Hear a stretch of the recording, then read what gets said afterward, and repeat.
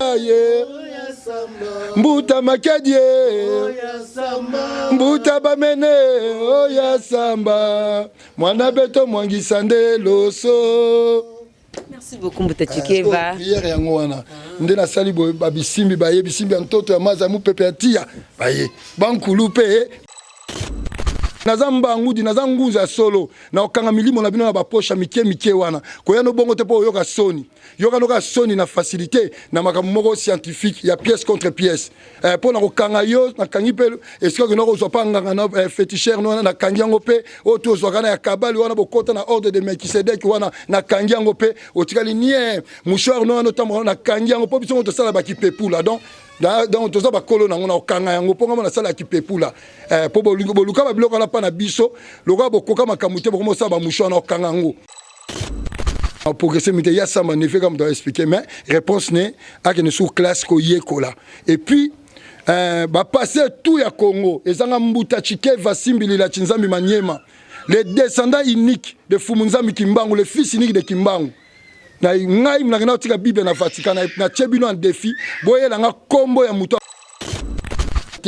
le mot fétiche est une fétichio ba portugais tant bazoya ba moni ba biloko ezara lokola ba nkodia ba moni yango belé ba bengango ba bengo ba fétichio ba kai ba komolo ba keto sambela ka biloko wana inkisi yango baluba ba bengango mukishi et tozana mukishi ezani muto akufa o komi molimo o akufi na malamu to akufi na mabe mais po na mona ki moko abenga païen na sikaki fort na lingi suko yo moko otanga kombo païen et le bini poto matape na kombo Christ après le kombo na Jésus a kombo tout ça maté alors yango na lingi otangela kaka les mots païens ezana ki Congo te ezana chiluba te ezana swahili te ezana ki tete la te tata ezana ba langue na biso te et outi na langue nini tu sais na sémantique ya ba mot avant opé sa définition d'un mot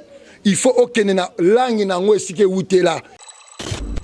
Bonjour, bonsoir, ça dépend de l'heure et l'endroit. Vraiment très heureux de vous rencontrer encore sur votre chaîne Congo.Carré TV dans votre très belle émission Rien que la vérité. Rien que la vérité, quand même, toujours pas humble et servante. Moi, dans la vie, nous sa confiance, la ravissante. Oui, la vie, actualité qui toque. Hein? L'actualité, le maman et casso. L'actualité, vraiment, la vie qui va bonne, c'est besoin de nombre partout dans le monde, besoin de hein? Actualité au pour Senga Kingango, Bobegna Zong, c'est Mbuta Chikeva na plateau.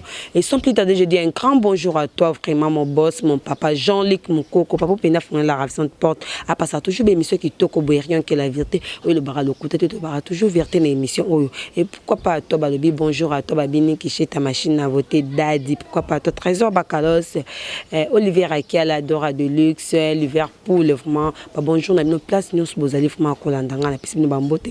Et là, je vois derrière la caméra Babi Jordan et mon coup Babi KZ. Et pourquoi pas toi, mon réalisateur, Chikito Ekeko. Vraiment, à toute mon équipe technique, vraiment, on a pu nos bambos tébélé, à toi, P Magique, Babi P Magique, mon boss, il y a moi, moi, vraiment sur la Kitoko. Pourquoi pas toi, Balobi, JM, Josepha la Canadienne, mon aké poto. Pourquoi pas toi, Marielle, Babi Marielle, bébé, retrouvé à Canada, vraiment, bambo ténabino, partout dans le monde, vraiment. Si on a même langage, on a Jordan, on l'a plateau, on a déjà invité du jour, on a lelo. Bonjour, Mbuta Chikeva. Yenge kieno maman nanga Manuela tellement linga bakoma mindele ya ba espagnol et ya ba latino bon yenge kieno maman. C'est Mbuta Chikeva. To bande mission to ko bande mission avec la prière pour to ba passer ba bandaka avec la prière. Bon ngana ba passer to andenge monter. Deuxièmement, c'est quoi la prière? Biso bangunza to prière atteint to sala sambila. Sambila, c'est être en harmonie avec Bankulu, avec les génies. C'est ça, être en harmonie. Déjà, on a en harmonie. Mais est-ce qu'on a séparé Koyemba? Koyemba, on a eu ça, Bayanuki, Ntanguzin Foueni, Nouanam Vita, Bayanuki. Il y a un moment. Kimbangwe ya ye tangu zifweni munzangula mfu Kimbangu dieto fula bane zifweni munzangula Kimbangu dieto tala Kongo tangu zifweni munzangula tate ya ye oh bon c'est mon monsieur se pega une minute maman nanga Munu lendo lwa mfumo yaye bangunza bena sakumune yaye Munu lendo lwa mpeve yaye bangunza bena sakumune yaye Benu tele benu mone bangunza bena sakumune tate Takimbangwe yiza tate bangunza bena sakumune ya Une minute sumu wasuka nzemo misatu makuku matatu misatu 3 fois 5 3 fois 5 wana ekiloka pa ba chrétien mais nako expliquer on peut so ngina expliquer yango oui merci nako expliquer on se peut ngina expliquer yango oh ya samba oh ya samba oh ya samba mwana beto mwangisa ndeloso oh ya sambe oh ya samba takimbangwe oh ya samba fula mbevwe oh ya samba mwana beto mwangisa ndeloso Benu tala mama mbombo Benu simba mama lelo Benu mona mbuta chikeva Mwana beto mwangisa ndeloso Oh ya samba yaye Mama prefi oh Mama mulunge oh ya samba Mwana beto mwangisa ndeloso Benu tala mama line Benu mona mbuta ikoko Benu tala mbuta mbala Mwana beto mwangisa ndeloso Oh ya samba yaye Mbuta makedye Mbuta bamene Oh ya samba Mwana beto mwangisa ndeloso. Merci beaucoup Mbuta Chikeva. Prière yango wana. Nde na sali babisimbi baye bisimbi ntoto ya maza mu pepe atia baye. Bankulupe baye. Vous avez un cercle vraiment là-bas, on baza déjà na pepe. Bazawa. Nga kuna bundaka te po ba chrétien ba bunda lundi ti dimanche. Banda ba na bunda ba kopesi. Nga na bunda ndeni, nga na fanda nanga ongo bundisanga bisimbi ba ke abeti. Bon, bete skondenge ni po ba ke bisimbi. Beta yo mona fine comme peu compliqué. Osakani église no muke wana bakangi yango bato bango kita. Kuso na pesi mona bika benu bisimbi amvita pokende kuna ya ndungunu bosala boy. Kuna bosala boy église na foi kangama mikolo bato ndo diminuer recette no paye ekiti. Projet no ya Dubaï moi ça kende et baby. Voilà, vraiment, je suis là vraiment avec Mbuta Chikeva, avec l'autre Kobeta Masolo, parce que ma réponse est belée partout dans le monde. Ba lobby pour Mbuta Chikeva, Makambozo loba, ba misu ba lobby zé à solo, ba misu ba kena misu zé à lokuta. Le vraiment tozana pour na ko éclaircir ba tout. Pour le to bandi premier épisode na biso, pour expliquer biso Jésus, pour expliquer biso mon chrétien, pour expliquer biso mon païen. Pour le tozaka na 3 makam to Kobeta le to ko sula po, ba thème na biso yango to sula ba to baeba. Makambo pesaki biso pesenga devant na lukilo ba pasteur na kendaki ba pasteur pe bazongisila kinga pe makambo yango na yepa na yo na mona ki be mishango na sekaki bango makasi na tali pe ba niveau na bango na beso na tindi mwana nga mukidi aloba to ba mene akendo loba ya luka na kitisi bango parce que na raisonner bango na tindi la bango neve na nga moko muke komone pe ya samba. Ya samba signifie quoi? Ya samba ngolo ba invocation, ya samba ngolo ba jugement, ya samba ozomona. Donc voilà. Nabité na routine de la bango neve na komone ya samba, azana ba 3 ans.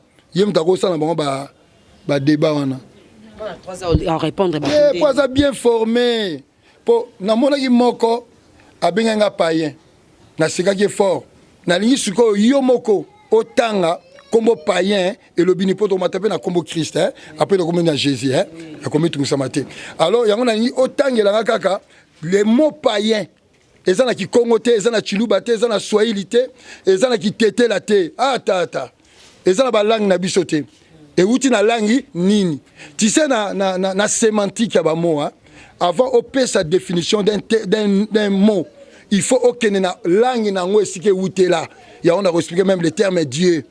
Pour moi, on a pas confusion parce que quand on dit Dieu, quand on dit à Congo Mongali, et ça Dieu est un. Il y a un bail à côté de l'école Banzan Foulouzi, to formé bango. eza Dieu te na roya na ngopé totanga no mon paye papa merci de konanga yo mon maman journaliste tanga pour ba mona le terme païen. Païen est un mot formé à partir d'un terme latin pananguine lequel signifie paysan d'un village ou civil et qui provient lui-même du mot pegus qui signifie village. So boye bisanga babi kombo païen et outi na langue ya latin. Latin o ezali langue église catholique. Latin za langue o ba romain ba ndé ko loba. Parce que ba langue ba européen ba loba le outi na latin. Français vient du latin. Et outi na latin, anglais outi na latin ainsi de suite. Alors, maintenant babi komo wana elingi ko loba villageois, paysan. Et outi na terme paganus. Paysan du village ou pagi c'est ngoloba village. Ce que vous voyez sanga son a bengi païen et ngoloba goza muto sambela te. Son a bengi païen dit papa caméraman a bengi païen et ngoloba muto sambela. Et ngoloba un villageois tout court. Ce que na mona muto benga païen na bi mais non, il faut qu'il y ait encore une école na banga théologie zonga ba enseigner bien. Ya on a le bac faut notine la bango devait na ya samba ana 3 ans. Pour à tout. Ya ngomoni yé moko pe a confirmé maloba na ngata na loba ki ba passer ba catégorie ba zoba na christianisme. Bon ayebi na ko définir comme païen té. Et puis à se comparer na ninga ko na fumuki mbangu. Abi kimbangu za prophète lokola ye. Ah papa, comme prophète ngolbani et ko ba tout ça m'interprète. Kimbangu asala ba makambo na yeti akokufa ka ko sala ka ngote. D'ailleurs ba o baza ba disi ba kimbangu ba mpadi ba mbumba ba matai mwanda ba sala ba makama minene.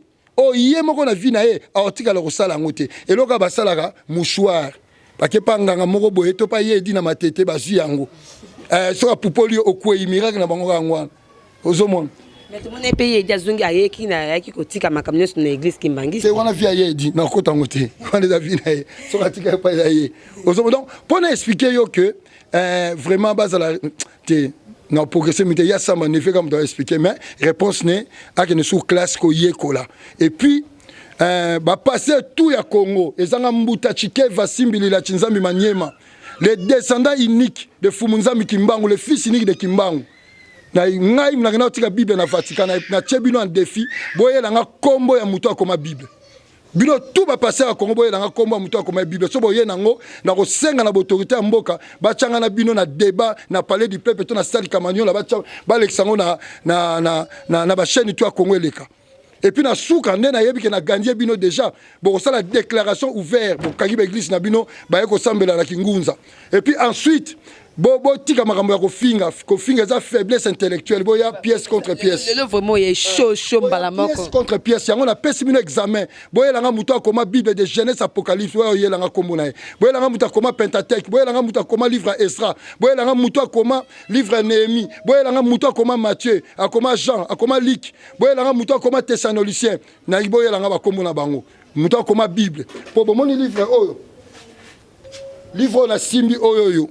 Netio la construction de Jésus ne va fabriquer Jésus ça notre terre n'en comment sur la même nation nègre culture il y a grand abisso Cheikh Anta Diop donc eza na combo sur la même bino ba livre papa Bilolo ou comment donc sur na petit titre nango donc ba qui est le professeur Bilolo le grand égyptologue sur na yeli bino il y a papa Obenga ba qui est papa Obenga le grand égyptologue linguiste donc tout livre a un auteur bokoye la soma ya ba fantaisité ya on a chebino nyonso a défini ba oboloba ipona ngai boloba ipona kimbangu na ba oboloba gite boye la nga komba muto comme Bible.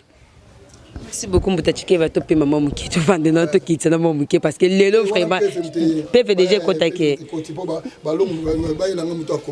Merci beaucoup. Ça va un débat facilement parce que trop débattre pièce contre pièce aux alando toté. So y a ndoto na mbikudi. Vrai mbikudi ya solo. Ponga mo pe na lotaka na bimisolo batu ba lotaka. Soko yelinga na bina ba prophète na zambikudi na zankongo didi na zambangudi na zangunza solo na okanga milimo na bina na ba pocha mike wana koya no bongo te po yoka soni na facilité na makambo moko scientifique ya pièce contre pièce po na okanga yo na kangi pe est-ce que no zo panga na féticheur no na kangi yango pe o to zo kana ya kabali wana bokota na ordre de Melchisedec wana na kangi yango pe o tikali nie mouchoir no tambo na kangi yango po biso to sala ba kipepula donc donc toza ba kolo nango na okanga yango ponga mona sala ki pepula po boluka ba biloko na pa na biso loka bokoka makamute bokomo sa ba musho na okanga yango na okanga yango na tiango na poche bwana esika okende te 4 coins nyonso to contrôler yango biso bangunza 4 coins tu ya monde to contrôler yango alors lokola pe soué na biso po année oza pe suka na bino Michel Ofra lobaki la fin de la civilisation occidentale de Jésus Abel Laden donc bozo suka. Bozo suka na expliquer non ne peut bosuki maman to tout na question qu'est-ce signifie le terme Jésus to bandi siko. Vous t'as checké va tout betasko to bandi premier épisode na biso qu'est-ce signifie le terme Jésus mot Jésus. OK. Le mot Jésus vient de la langue Kikongo. Disu. Lisu na lingala, meso na Kikongo misu pluriel nango. Donc bokom elingolo ba lisu wala bokomo nango même banganga nzambe nyoso to ba féticheur même ba catcheur bazarana ba dessinera lisu na bango a pembe. C'est aide de la connaissance. Yango bomona na livre oya bango wana ya Matthieu babi lisu ezali lampe ya corps na yo. Soki lampe ya corps na yo ekufi nzoto no mombe comme na molili. Bokomona même mutu kazanga na besoin misu pa tambola. Donc nena za awa so na kangi misu nanga, je n'ai plus connaissance et environnement nanga. Mais so na fongoli misu nazo mona caméraman na mona batutu. Et le fait que mona c'est alors que je prends connaissance ya batu o bazali tout autour na ngai. Alors le terme lisu donc to disu et lui koloba connaissance, la connaissance qui te permet de tout comprendre, de tout voir, yako yeba, yango disu. Et toute connaissance c'est la lumière. Yango mona même mutuka la butu ba fongoli ba fa. Cette lumière va permettre au chauffeur azo mona nzela. Or la lumière et l'ingoloba connaissance. Et ce nom la disu et ko koma na langue égyptienne aïsata. Obolobaka en d'autres termes Isis. Et ça principe de connaissance. Yango wana eko koma et pas ba musulman Isa. Ozomon. Yango pe ko koma na langue latin Jesus I E S U S. Yango ko koma na grec Jesus I E S O U S. Vous comprenez? Yango en d'autres termes, ba benga yango Zeus. Au moins la Z c'est comme Z et S I S. Donc le IE est long comme Z. Parce que dans la linguistique, Kombo et Variaka, mais gardera racine de base. Et le mot Jésus n'est pas aussi un nom propre. Un nom propre, ezali netinga chikeva. Sur laquelle en Allemagne, babenga chikeva. Na ken na Suède, babenga chikeva. Mais lorsque un nom, dans chaque langue, ça ko varier, ça ko changer, devient un nom commun. Alors, c'est le même nom, et comme en espagnol, le Jesus. Bah, check R, mais il continue. C'est le même nom et comme en anglais, Jesus. Vous comprenez? I-wane longo ba J. Na E comme bon. Au moins, pas dans la tablette, mais on explique. Prochainement, tout ça dans la tableau. Après, et comme en français, Jésus. Donc, le nom Jésus signifie la connaissance. Mais la connaissance de quoi? Mais lorsque vous avez le terme Christ, vous avez dit Congo Koussoua. Mouninga la bango pasteur Melo, a comment livre mon kitoko, l'origine, il y a latin à Congo. Bah c'est inspiré qu'il y a autant à livre wana ya pasteur Melo, je lui salue Bisca Zali la France. C'est Azab Koulou tout mon a bien personnellement, tout solo rané très bien. A comment des bons livres. Alors, maintenant le terme Christ est outil na Koussoua. Koussoua wana na linga le comme kisi. Siko so na lobby Manuel aza na kisi mbongo ngolo bani.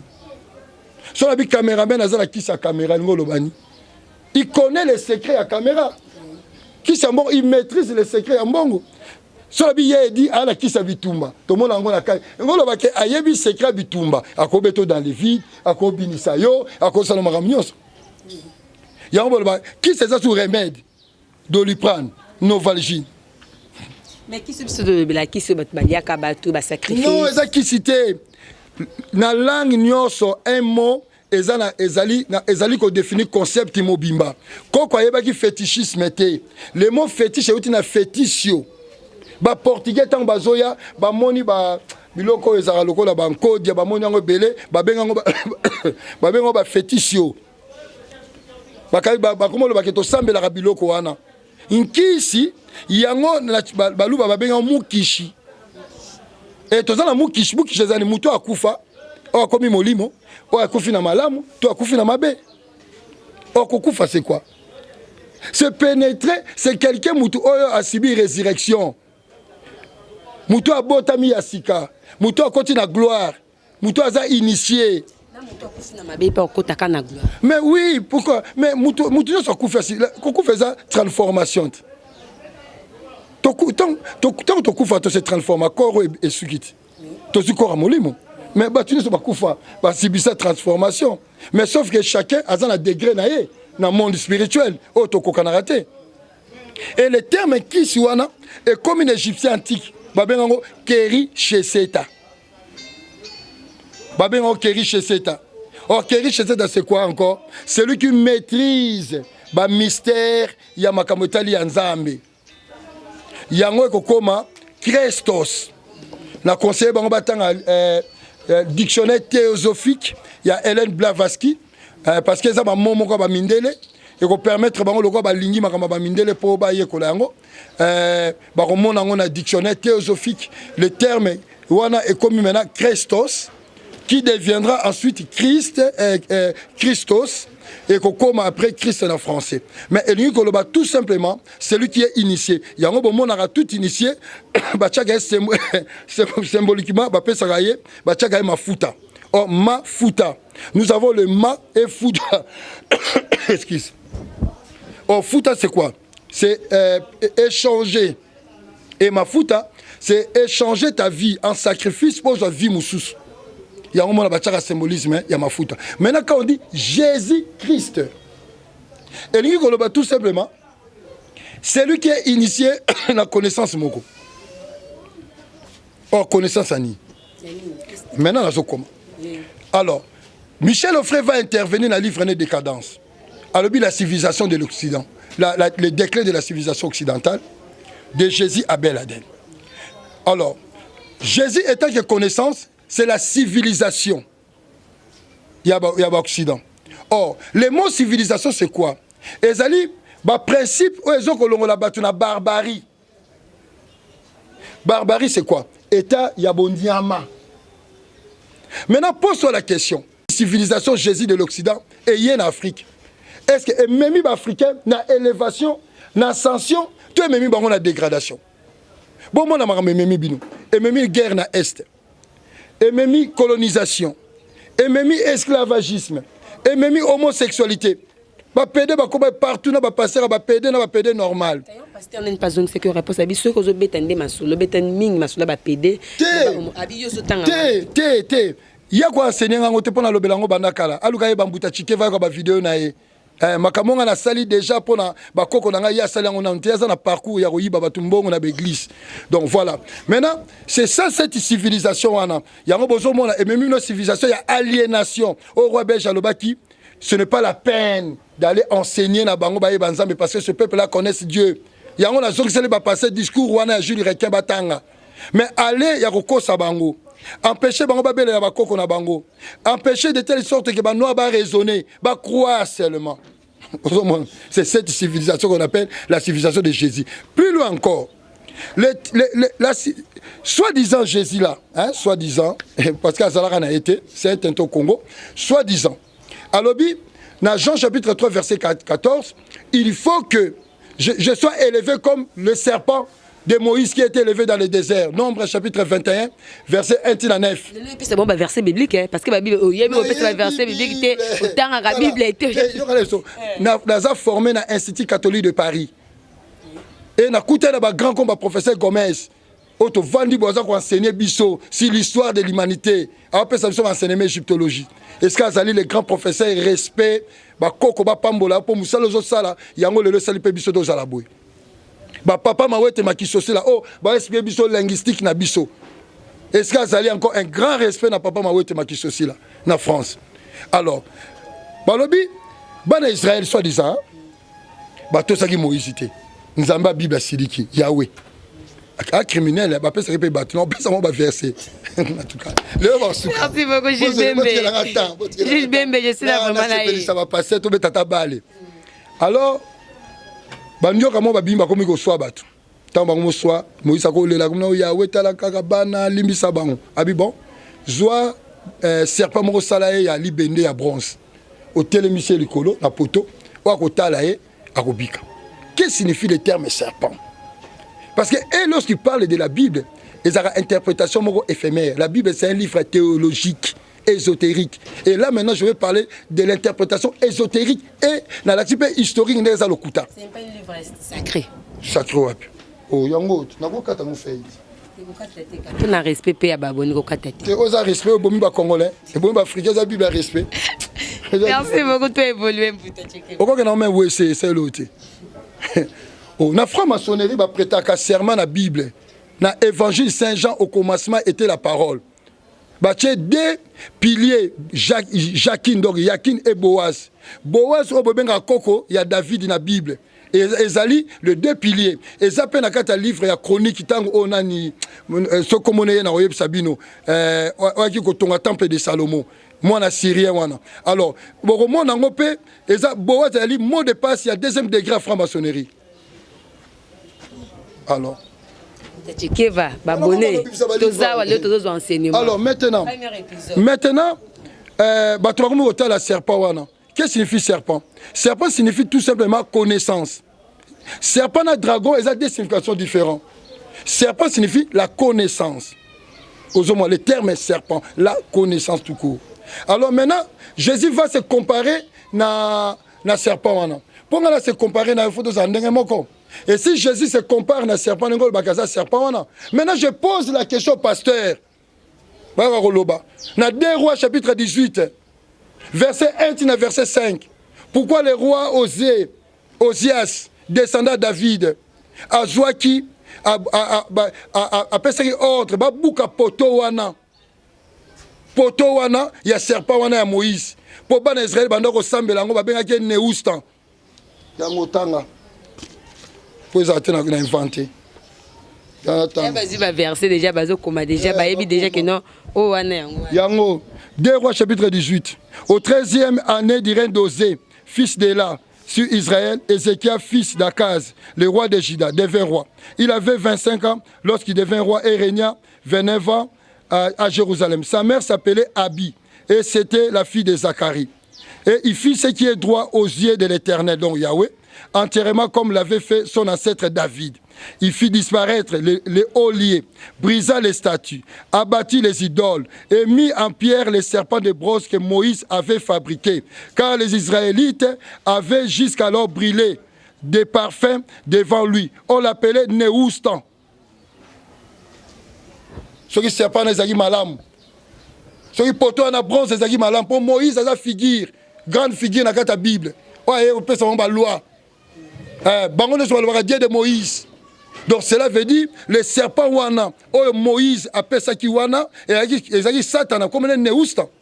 Alors ce qui Jésus a se comparé na serpent c'est yemo baza Satan. Yango balbi dans Apocalypse chapitre 22 verset 16. Je suis le rejeton de David, étoile brillante du matin. Le terme étoile brillante du matin na latin ngolo ba Lucifer. Lucifer, porteur de lumière, ba toi beta na Google ba mona. Na quelque ngo ba phosphoros. Alors, na YouTube, le pape François, na Vatican, bazo Sambela, oh Lucifer, tu nous as envoyé ton fils Jésus le Christ. Lucifer, on dit que Jésus parce que ma camo, alors, pour vous faire comprendre que Jésus n'est pas un être humain, Jésus est une connaissance satanique. C'est un grand système de l'Occident où ils allaient côté Moussabatu. Jésus, en d'autres termes, ils allaient comme il y a Satan dans le christianisme. Bien que le mot Satan signifie tout simplement obstacle ou ambiche, mais surtout qu'on a une vision chrétienne, donc le nom de Jésus, c'est le nom de Satan dans le christianisme. Donc, tout maintenant, ceux qui vont passer tout va sangani. Ils vont combattre moi na Kimbangu pour pas cocater. Et ils vont le sataniste. Ils vont te bango.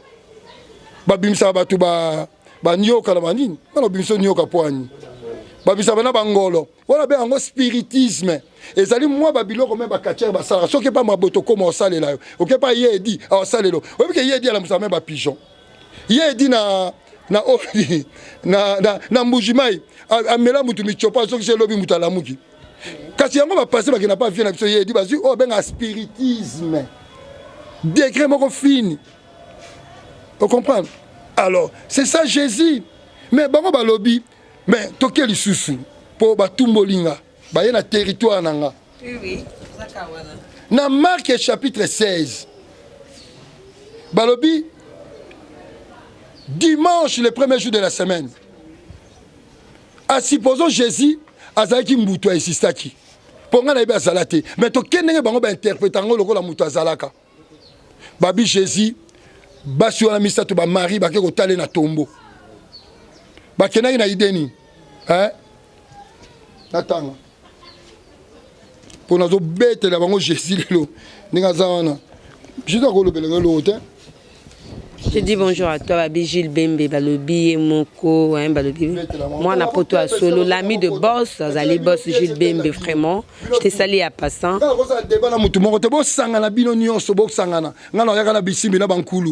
Na oya na cimetière kitambo ba ne bezo ya na ba koko batamai ba bimi bankulu nyoso ba ye ba kimpa vita ba mama mbanga la ba ye ba papa matai mwanda ba papa mbumba samu mingi ba koko nyoso ba ye ba kukakila ba ingisa ba koko chikeva ba ye bango tout et puis so ba beta bangu nzabe na sakumune ya tika yoka babi lorsque le sabbat fit passer.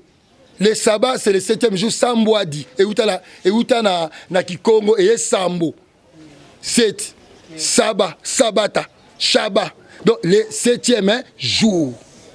Lorsque le 7e jour fit passer, et pas le juif, premier jour, c'est dimanche. 7e jour, c'est samedi. Oh, Bengaka, Sabbat. Et le romain va changer, en premier jour, comme lundi. Maintenant, qu'est-ce qui va se passer? Marie de Magdala, Marie, la mère de Jacques et Salomé achetèrent des amorates afin d'aller embaumer Jésus. Est-ce que depuis que le monde est monde, et Bembe Bakundi na tombeau, Bakel sou embaumer? C'est bon, c'est Rakabando, c'est la tombeau. Non, des mois, oui, Bando c'est la tombeau. Tombeau. Na Jean pour au monde que Jésus bakundaki na Golgotha, il y avait un tombeau neuf. Alors baké bakundi pe chose bizarre basi baké ko mbomé mobala 32 ans ba nga ba violé. Ça c'est pas de l'histoire. Ouais ça le ko la lisapo onge ozomona donc bango baza ba défenseur à masapo yango mona c'est bango po omoni sango bakolo masolo na ba Rosie Christian na ba maçon bakolo lobela lisolo Bible tene ba passer ba lobaka kutu ba seka bango ba seka bango fo ba bita ba zoba na biso. Alors maintenant les dimanches boyoki et c'était quoi les dimanches elles se rendirent au tombeau de grand matin mon babinini tombeau au lever du soleil na ba 6 heures. Elle se disait entre elles qui nous roulera la pierre qui ferme l'entrée du tombeau. Mais quand elle levèrent les yeux, elle s'aperçut que la pierre qui était très grande avait été roulée.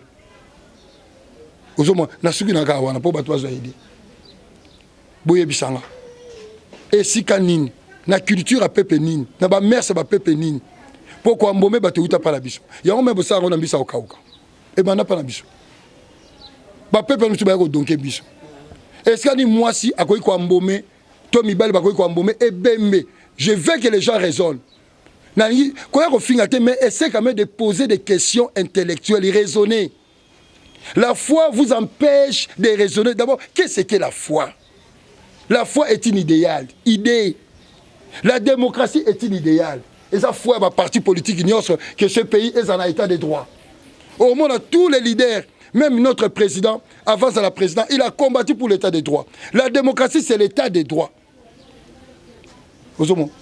La démocratie est un idéal pour tout peuple dans Mokili. Kemboka la bango est la bongo.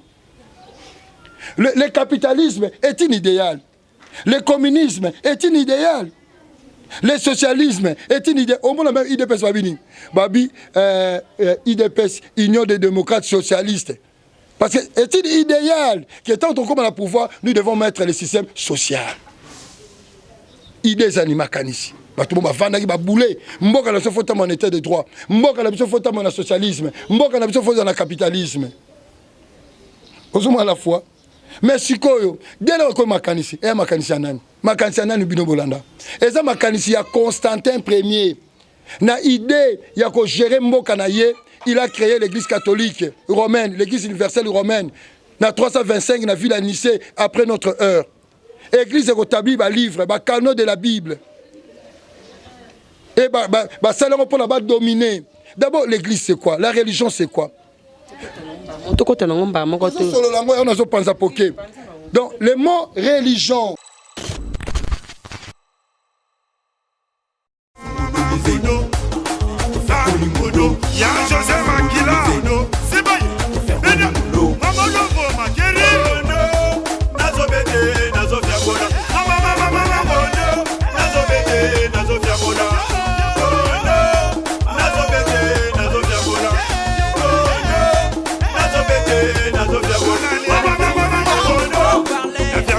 Allez, go,